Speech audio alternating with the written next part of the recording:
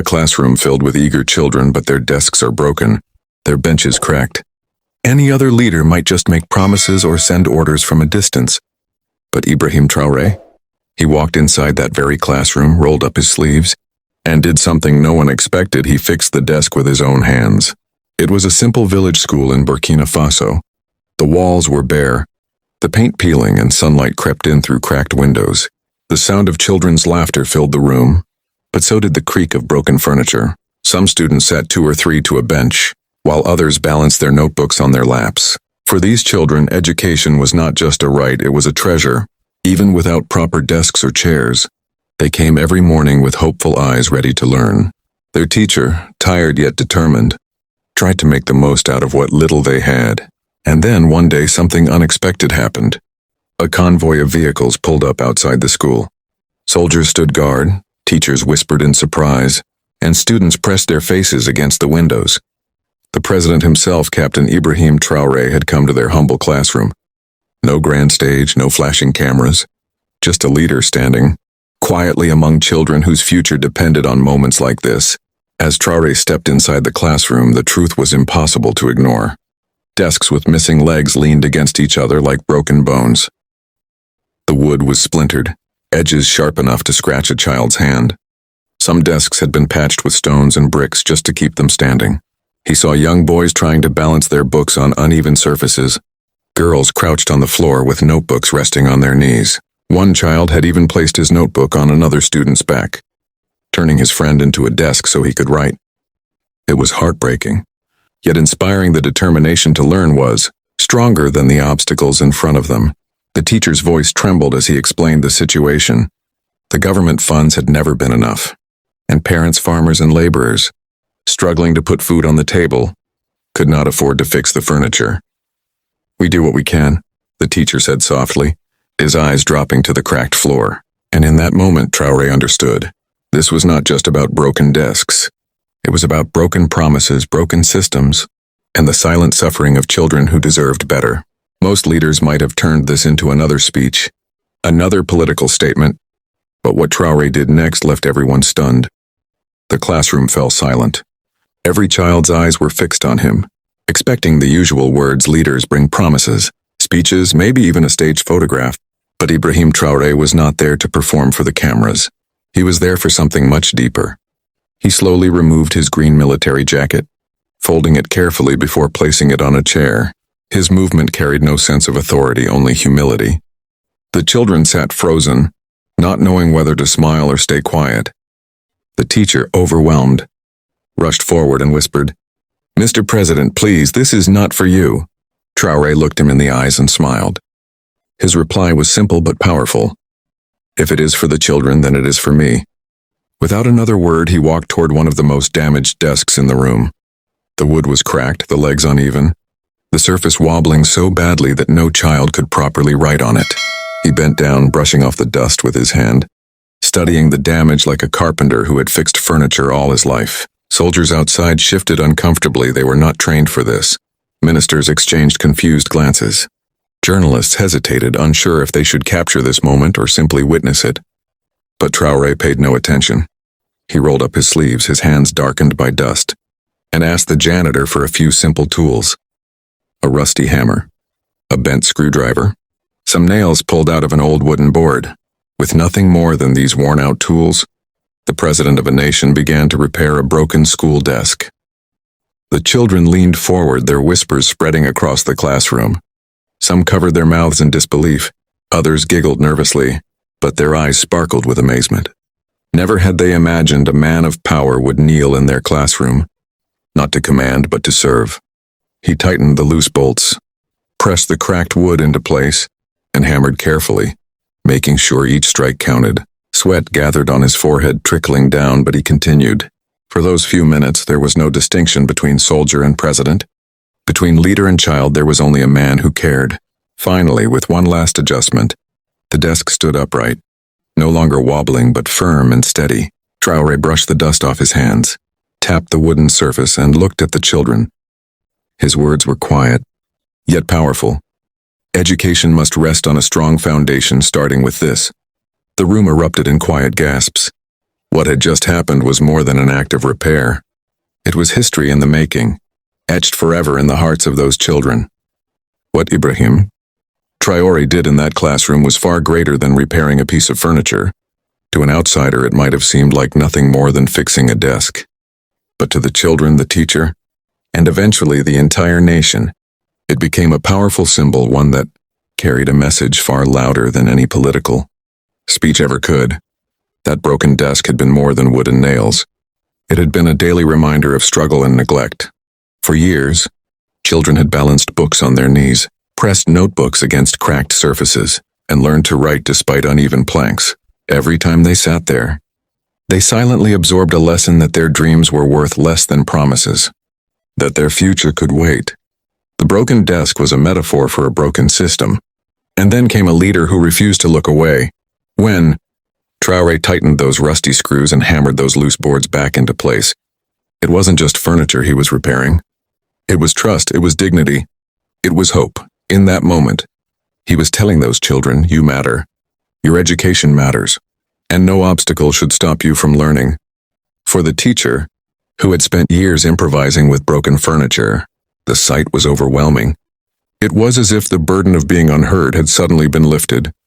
His classroom, once ignored, was now a place where the president himself bent down to serve. For the parents who heard of this act, it was a spark of hope. These were families who sacrificed their meals so their children could afford notebooks, who walked miles to send them to school, and now, for the first time, they felt that their struggles were being honored not in speeches, but in action. And for the children, it was unforgettable. To them, the president was no longer just a distant figure on television. He was the man who had touched their desk, the man who had cared enough to kneel in the dust so they could sit with dignity. Their eyes carried a new light, a belief that their future was worth fighting for. The symbolism did not stop at that classroom. Stories of this act spread from village to village. Carried in whispers and radio reports, people repeated it not just as news, but as a lesson. He is not only fixing desks, he is fixing the soul of our nation. Each nail hammered into that desk echoed a truth.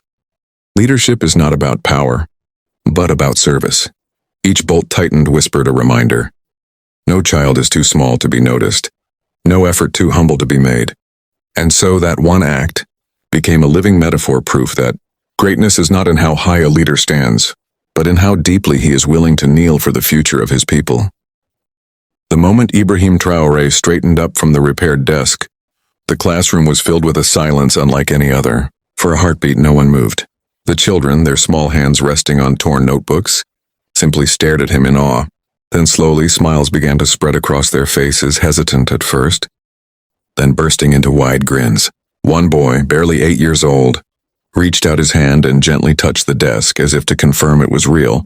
When he felt its sturdy surface, he let out a shy laugh, his eyes shining. A little girl whispered to her friend, "Now we can write properly." Those words were simple, but they carried the weight of 1,000 unspoken struggles. The teacher, who had fought year after year to keep his students motivated despite the broken conditions, could not hold back his tears. He tried to hide them, turning away, but the emotion was too strong. For him, it was more than just a desk. It was recognition that his students and his classroom mattered, that someone at the very top finally saw their pain and their perseverance.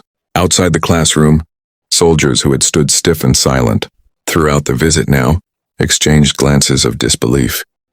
They had seen their leader in moments of power, giving orders, leading battles, addressing crowds.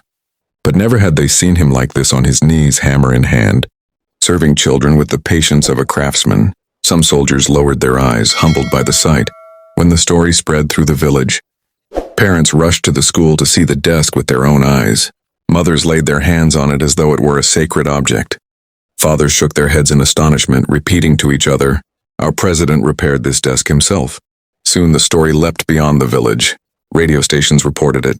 Newspapers carried it. In towns and cities, people spoke of it in tea shops and marketplaces. "He has shown us the meaning of leadership," they said. For some, it was a story of hope. For others, it was a call to action. And for all, it was proof that humility and humanity could coexist with power. The reaction was not just emotional, it was transformative.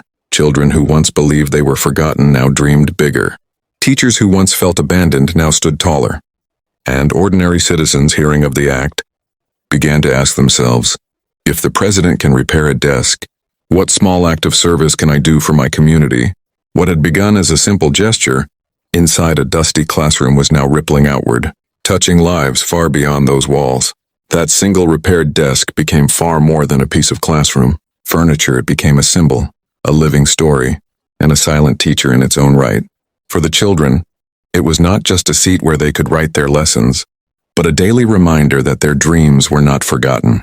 For years they had felt invisible, lost in a world where the powerful hardly ever looked their way. But that one simple act told them, you are seen, you are valued, you matter. For the teacher, who had spent countless days battling with broken chairs and unstable desks, it was more than just a moment of relief. It was hope. Hope that his struggles were not in vain, that someone in authority cared enough to notice the silent burdens he carried. For him, it was a message that his mission to educate children, despite endless challenges, was worth continuing, because now he knew he wasn't alone in the fight. For the parents watching from the village, it was comfort. They had long wondered if the future of their children would be swallowed by poverty. But seeing the president himself kneel down to fix something so small yet so meaningful gave them courage. It reassured them that their sacrifices mattered, that the future of their sons and daughters might truly be brighter than their own. But the true impact of that single act stretched far beyond the four walls of that dusty classroom. Across Burkina Faso, the story spread like fire.